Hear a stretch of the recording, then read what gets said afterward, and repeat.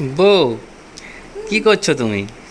এই যে একটু কর্নস বানাচ্ছিলাম, সুইটস কর্ন। আজকে ওয়েদারটা বেশ সুন্দর না, বৃষ্টি হচ্ছে, তাই ভাবলাম তুমি সেই এনেছিলে যেটা রেফ্রিজারেটর, ওই কর্নগুলো যেগুলো ফ্রোজেন কর্নগুলো? হ্যাঁ, ওই ফ্রোজেন কর্নগুলো। আচ্ছা। তো ওই ফ্রোজেন কর্নগুলো যেগুলো এনেছিলে, তা আমি ভাবলাম যে একটুখানি ফ্রোজেন কর্ন নিয়ে একটুখানি প্রথমে সেদ্ধ করে নিলাম। আর এমনি এমনি তো ভালো লাগছিল না, সেদ্ধ করে নিয়ে এইটা কি বলো তো, বাটার, একটুখানি বাটারটাকে গলিয়ে নিয়েছি। জাস্ট এর মধ্যে অল্পই দিয়ে দিলাম, বেশি দেব না, বেশি তো বাটার দিলে ভালো লাগবে না কর্নে।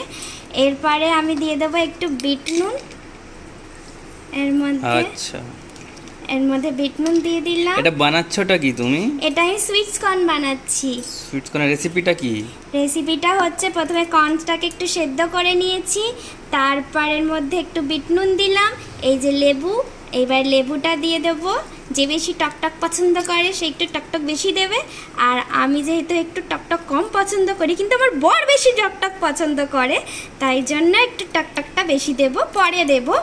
এরপরে আমি একটুখানি যে লঙ্কার গুঁড়ো দিয়ে দেবো, একটু স্পাইসি,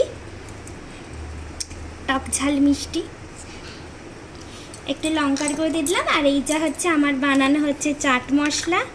চাট মশলা? চাট মশলাটা বাড়িতেই বানিয়েছো? হ্যাঁ, এটা তো আমি বাড়িতেই বানাই। এখানে আর চাট মশলা দোকানদারিতে কোথায় পাবো, সেই জন্য আমি বাড়িতেই বানিয়ে নিয়েছি।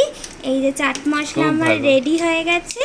এই মশলাটা তো আমি অনেক আগেও ভিডিও আপলোড করেছিলাম।